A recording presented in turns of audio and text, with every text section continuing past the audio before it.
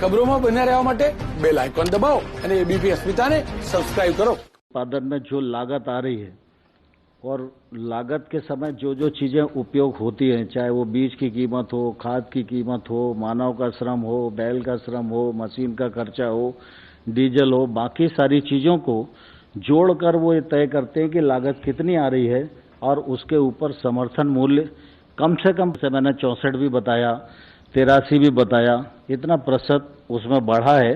इसका लाभ निश्चित रूप से किसानों को बड़ी मात्रा में अगले बार होने वाला है। इसी प्रकार से अभी ब्याज छूट स्कीम के बारे में माननीय प्रकाश जी ने जिक्र किया था, तो ये ब्याज छूट योजना भारत सरकार की है। बैंकों का ब्याज हम लोगों को मालूम है कि 9% है। भारत सरकार 2% की अपनी तरफ से सब्सिडी देती है, तो 7% ब्याज पर किसान को कर्ज मिलता है और अगर किसान समय पर उसको चुका दे तो 3% की सब्सिडी उसे और मिलती है। तो ऐसे कुल मिला के अगर समय पर किसान अपना फसली ऋण चुकाने में सफल होता है तो किसान को 4% ब्याज पर कर्ज मिलता है। इस बार आपको ध्यान है कि 31 मार्च भी लॉकडाउन की स्थिति में था, तो उस समय हम लोगों ने सोचा कि 31 मई तक शायद ये ठीक ठाक स्थिति आ जाएगी, लेकिन अभी भी सामान्य स्थिति नहीं है और इसलिए पहले चरण में 31 मई तक उनको छूट दी थी कि वो अपना पैसा जमा कर दें, लेकिन अभी भी ऐसी स्थिति है कि कई जगह खरीद का काम भी चल रहा है, कई जगह बैंक में जाना थोड़ा दुर्लभ ही हो रहा है। इसलिए किसानों के हित में माननीय प्रधानमंत्री जी ने इस तिथि को बढ़ाकर अब 31 अगस्त कर दिया है। 31 अगस्त तक जो किसान अपने ऋण की अदायगी करेगा उसको 4% ब्याज पर ही कर्जा मिलेगा। मैं समझता हूँ ये किसानों के लिए निश्चित रूप से बहुत बड़ी राहत है और इस दिशा में प्रधानमंत्री जी निरंतर सोचते भी रहते हैं। गत वर्ष का भी अगर हम देखेंगे तो सब्सिडी के रूप में 28,000 करोड़ रुपया किसानों के हित में इस कार्यक्रम के अंतर्गत हर किसान की जेब में जाता है।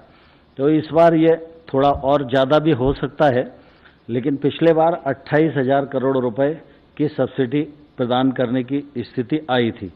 तो यह ब्याज छूट योजना के अंतर्गत देश भर का किसान ये सोच रहा था कि 31 मार्च को नहीं हो पाया, फिर उसको आशा बंधी 31 मई, लेकिन 31 मई को भी वो अवसर नहीं आ पाया, तो इसलिए फिर 31 अगस्त तक की ये छूट प्रदान की गई है। यह निश्चित रूप से किसानों के लिए बहुत ही लाभप्रद रहेगी। मुख्य रूप से मुझे इतना ही कहना है, बाकी नितिन जी आए हैं अपने सूक्ष्म उद्योगों के बारे में जो बड़े निर्णय हुए हैं उसकी जानकारी। हमारे देश के जीडीपी में 29% कंट्रीब्यूशन एमएसएमई का है। हमारे देश का जो एक्सपोर्ट होता है वो 48% एक्सपोर्ट हमारे स्मॉल, मीडियम और माइक्रो इंडस्ट्रीज के द्वारा होता है। हमारे देश में अभी तक 6 करोड़ एमएसएमई है और इसके आधार पर आज मोटे तौर पर जो आंकड़ेवारी उपलब्ध है उससे 11 करोड़ से ज़्यादा जॉब्स एमएसएमई ने दी है। इस एमएसएमई की कोई मूलभूत समस्या भी थी और आज प्रधानमंत्री जी की अध्यक्षता में काफ़ी अच्छे और बड़े निर्णय आज हुए हैं और निश्चित रूप से ये निर्णय देश के औद्योगिक विकास में बहुत ऐतिहासिक बदल करेंगे। आपको पता होगा कि 2006 में एक एक्ट पास करके एमएसएमई की व्याख्या की गई थी और वो व्याख्या जो थी वो उसके बाद घोषणा और उसमें आज का बदल, 3 बातों की जानकारी मैं आपको दे रहा हूं। एग्जिस्टिंग यानी सबसे पहले पुराना जो बात थी उसमें मैन्युफैक्चरिंग सेक्टर और सर्विस सेक्टर दोनों अलग किए गए थे और उसमें माइक्रो सेक्टर में इन्वेस्टमेंट यानी टर्म लोन जो होता है जिसमें इक्विपमेंट एंड फिक्स मशीनरी जो होती है, प्लांट एंड मशीनरी इक्विपमेंट, उसकी कॉस्ट वो माइक्रो में 25 लाख थी और टर्नओवर जो था वो 10 लाख का था। अब माइक्रो में जो अनाउंसमेंट हुई थी उसमें इन्वेस्टमेंट 1 करोड़ की हुई और टर्नओवर 5 करोड़ का हुआ, 10 लाख का एकदम 5 करोड़ हो गया। बाद में आज जो मीटिंग हुई उसमें यही कायम रखा हुआ है। फिर दूसरा सेक्टर था स्मॉल सेक्टर। हाँ, एक नई बात हुई है कि इसमें जो मैन्युफैक्चरिंग एंड सर्विस सेक्टर है उसको दोनों को एक कर दिया है, ये अब अलग अलग नहीं रहे। स्मॉल में इन्वेस्टमेंट 5 करोड़ की थी, वो 10 करोड़ की हुई है और जो टर्नओवर 2 करोड़ का था वो अब 50 करोड़ का हुआ है, यानी 25 गुना बढ़ा है। जो मीडियम इंडस्ट्रीज थी उसके लिए पहले इन्वेस्टमेंट 10 करोड़ थी और टर्नओवर 5 करोड़ का था। जो घोषणा हुई 13 मई को जो पैकेज हुआ था उसमें इन्वेस्टमेंट हुई थी 20 करोड़ की और टर्नओवर हुआ था 100 करोड़ का। आज प्रधानमंत्री जी की अध्यक्षता में बहुत ही ऐतिहासिक फैसला हुआ, क्योंकि हमने अलग अलग एसोसिएशन से जब इंटरेक्शन किया और अलग अलग प्रकार के एसोसिएशन से इंटरेक्शन करने के बाद सबने हमें ये कहा कि ये जो टर्न लिमिट है ये बढ़ानी चाहिए और जो एक्सपोर्ट करते हैं हम लोग वो टर्नओवर इससे निकाल देना चाहिए। तो आज हमने उनकी बात भारत सरकार ने स्वीकार की और प्रधानमंत्री जी की अध्यक्षता में ये मीटिंग में निर्णय हुआ कि अब जो प्लांट एंड मशीनरी में इन्वेस्टमेंट होगी इक्विपमेंट में, वो इन्वेस्टमेंट 50 करोड़ तक रहेगी।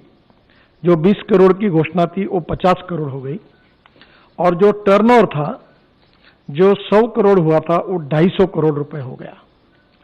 तो इसके कारण एमएसएमई को काफी बड़ी राहत मिल जाएगी। ये बहुत बड़े पैमाने पर इसका फायदा हमारे इंडस्ट्री को होगा।